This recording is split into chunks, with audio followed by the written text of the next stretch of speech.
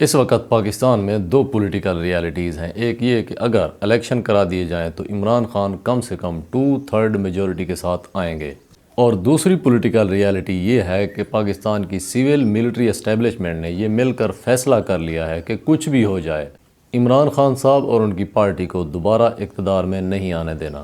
اب یہ دونوں پولیٹیکل ریالٹیز ایک دوسرے کے متضاد ہیں، اور اس کے لیے انہوں نے پاکستان میں نیشنل سیکیورٹی کونسل کے انڈر ملٹری کورٹس کو آپریشنلائز کرنے کا فیصلہ کر لیا ہے۔ اور یہ بات بھی پوری دنیا جانتی ہے اور پوری دنیا اس کو تسلیم کرتی ہے کہ یہ ایک سیکیورٹی ایشو کو ٹیکل کرنے کے لیے نہیں بلکہ پولیٹیکل ایشوز کو ریزالو کرنے کے لیے ہے۔ ابھی تک تو یہ فیصلہ کیا ہے، لیکن اب سوال یہ ہے کہ کیا یہ ہو پائے گا؟ ابھی تک یہ شروع نہیں ہوا، لیکن جب شروع ہو جائے گا تو اس کے کئی مراحل ہوں گے اور مختلف مراحل سے گزرتا ہوا یہ اپنے اختتام تک پہنچے گا۔ اب یہ عمل جتنا بھی تیز ہو، اب اس میں کچھ نہ کچھ مہینے تو ضرور لگیں گے۔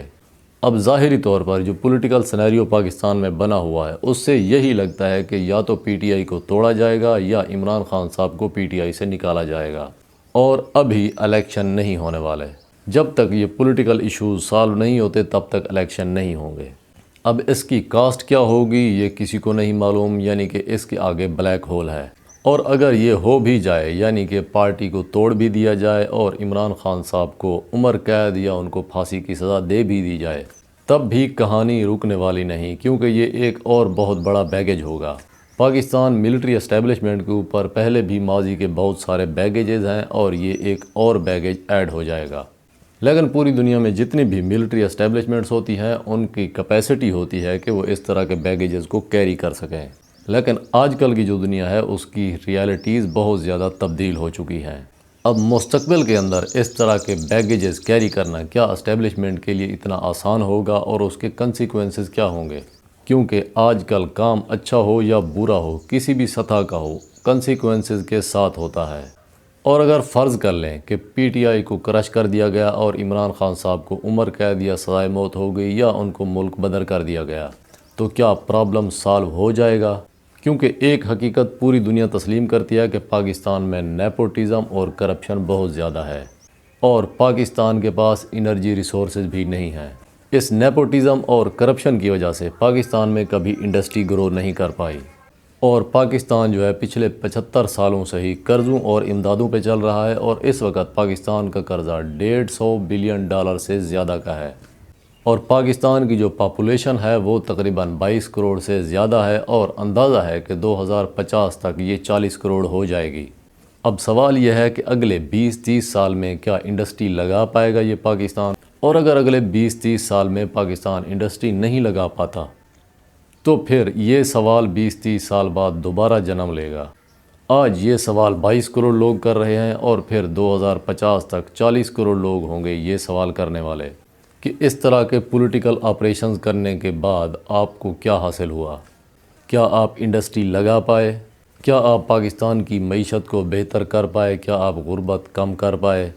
کیونکہ پاکستان میں اس وقت جو پاورٹی ریشو ہے وہ تقریباً 35% سے زیادہ ہے، یعنی کہ 35% لوگ ایسے ہیں جو غربت کی لکیر سے نیچے زندگی گزار رہے ہیں، یعنی کہ 35% لوگ ایسے ہیں جو ان حالات میں بھی 10 سے 15 ہزار کے قریب ماہانہ کماتے ہیں، اور پاکستان میں جو ڈیپینڈنسی ریشو ہے وہ تقریباً 67% سے زیادہ ہے۔ اور اگر یہ آپریشن کامیاب ہو بھی جاتا ہے تو کیونکہ میجورٹی پاکستان میں خان صاحب کو سپورٹ کرتی ہے، ینگرز بھی خان صاحب کو ہی سپورٹ کرتے ہیں، تو ان کے جو ایموشنز ہیں وہ بری طرح سے ہرٹ ہوں گے۔ اور پہلے بھی بہت ساری وجوہات کی بنا پر پاکستان ملٹری کے حوالے سے لوگوں میں کافی عدم اعتمادی پیدا ہوئی ہے، اور باقی اداروں کے حوالے سے بھی۔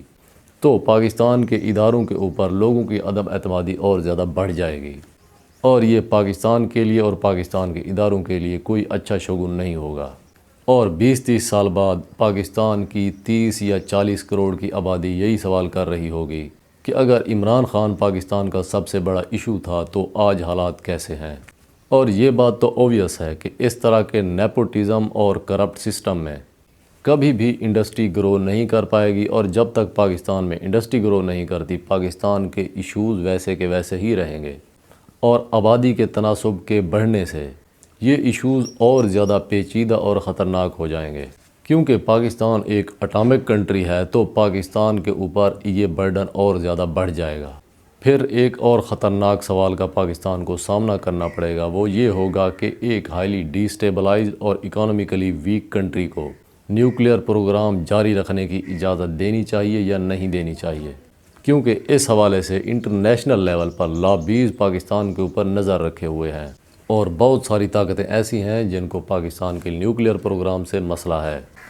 اب پولیٹیکلی دیکھا جائے تو پی ڈی ایم اسٹیبلشمنٹ اور عمران خان صاحب کے درمیان ایک جنگ چل رہی ہے، ایک پاور گیم شروع ہو چکی ہے، اور جس رول کے تحت یہ فیصلہ ہوگا وہ رول ہے فٹیسٹ آف دا سروائیول۔ اب ان سب کے لیے چیلنج یہی ہوگا کہ فٹیسٹ آف دا سروائیول کے پیرامیٹرز کے اوپر یہ کامیاب ہوتے ہیں یا نہیں ہوتے۔ لیکن پاکستان کی اسٹیٹ کے لیے، یعنی کہ پاکستان کے لیے، اس کنٹری کے لیے یہ چیلنج ایک الگ طرح سے ہوگا۔ اب سوال دو فرنٹس پہ ہیں، ایک یہ کہ پاکستان میں جو پاور پولز ہیں وہ کس طرح سے شیپ لیں گے، کس طرح سے سروائیو کریں گے، اور دوسرا یہ کہ پاکستان بطور کنٹری کس طرح سے سروائیو کرے گا۔ کیا پاکستان بھی فٹیسٹ آف دا سروائیول کے رولز کو سامنے رکھتے ہوئے آگے سروائیو کر پائے گا؟ کیونکہ فیوچر کے حوالے سے پاکستان کے لیے دو چیزیں بہت ہی زیادہ وائٹل ہیں، ایک سٹیبلٹی اور دوسرا اکانومک گروتھ، اور جو نیپوٹزم ہے اور کرپشن ہے یہ ان دونوں چیزوں کے لیے کلر ہے۔ اب آنے والے دنوں میں یہ چیزیں کس طرح سے شیپ لیتی ہیں یہ ڈیپینڈ کرتا ہے ان پاور گروپس کے ایکشنز کے اوپر، کہ یہ کس طرح سے ایکشنز لیتے ہیں، کس طرح سے اپنے آپ کو آرگنائز کرتے ہیں اور پوری سچویشن کو، پورے سرکمسٹانسز کو کس ڈائریکشن میں لے کے جاتے ہیں۔